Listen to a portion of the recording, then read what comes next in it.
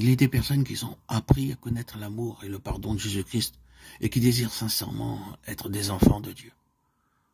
Toutefois, elles voient les imperfections de leur caractère et les insuffisances de leur vie. Elles en viennent à douter de la réalité de leur régénération par le Saint-Esprit. Je leur dirai, ne vous laissez pas abattre. Nous devons souvent nous prosterner aux pieds de Jésus pour y venir pleurer sur nos manquements et nos erreurs. Mais ce n'est pas une raison pour nous laisser aller au découragement. Même si nous sommes vaincus par l'ennemi, nous ne sommes pas repoussés, délaissés ni rejetés par Dieu. Non, non. Jésus-Christ est à la droite de Dieu et il intercède en notre faveur. Le disciple bien-aimé disait, « Je vous écris ces choses afin que vous ne péchiez point. » Et si quelqu'un a péché, nous avons un avocat auprès du Père, Jésus-Christ le juste. 1 Jean 2:1. N'oubliez pas ces paroles du Sauveur, le Père lui-même vous aime. Jean 16:27. Il désire vous ramener à lui et voir reproduite en vous sa pureté et sa sainteté. Si seulement vous consentez à vous remettre entre ses mains, celui qui a commencé en vous la bonne œuvre la perfectionnera jusqu'au jour de Jésus-Christ. Priez avec plus d'ardeur que votre confiance soit plus implicite.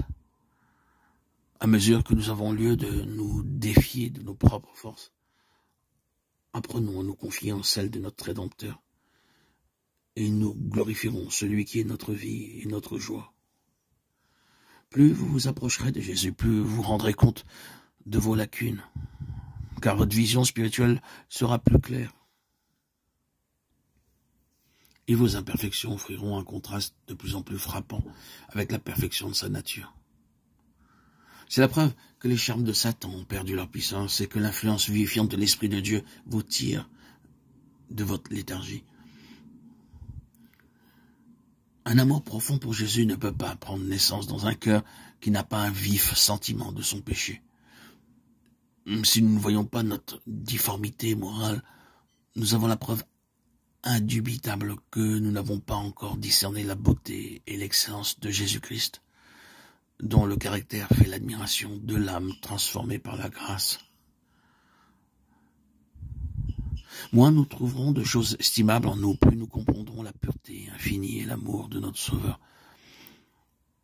La vue de notre nature pécheresse et de notre impuissance nous jette dans les bras de celui qui peut nous pardonner. Et Jésus révèle sa force à l'âme qui le recherche, dans le sentiment de sa faiblesse.